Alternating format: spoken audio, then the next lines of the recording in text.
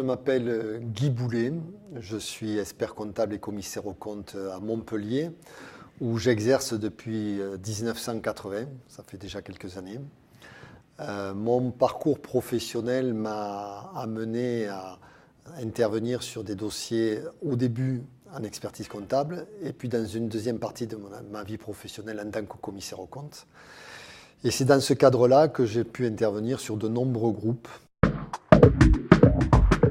J'ai pour habitude de dire qu'il n'y a pas de petits groupes. À partir du moment où on rentre dans le schéma holding et filiale, quelle que soit l'importance économique des enjeux, on va se retrouver avec une multitude de textes qui s'appliquent et qui se superposent, dont du droit fiscal, mais également du droit des sociétés, du droit pénal, du droit social, du code monétaire et financier.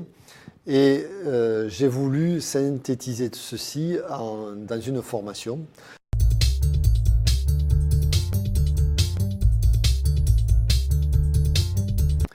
Donc je peux apporter aux participants qui sont à ces journées, qui s'inscrivent à ces journées, de l'aspect théorique avec la législation, de l'aspect pratique important. Et pour ce qui est de l'intégration fiscale, je n'ai pas trouvé de meilleur moyen pour faire bien comprendre ce régime qui est simple sur la base, mais qui paraît compliqué au point de vue administratif.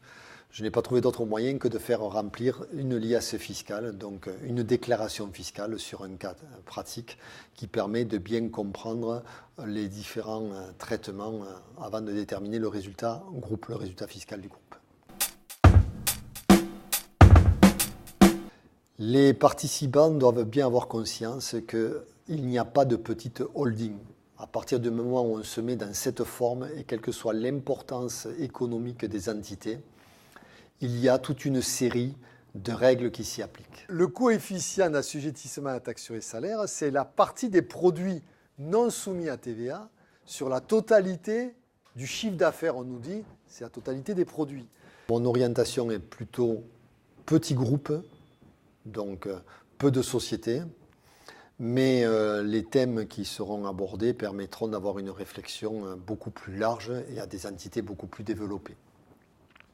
Donc ceci, c'est la première journée. La deuxième journée étant le sujet spécifique, et c'est un développement de la première journée, sur l'intégration fiscale, et là également sur tous les aspects et tous les avantages et les inconvénients de ce régime-là. J'ai toutes les chances d'être à un coefficient d'assujettissement de 1, parce que les moyens mis en œuvre pour collecter les dividendes sont très faibles.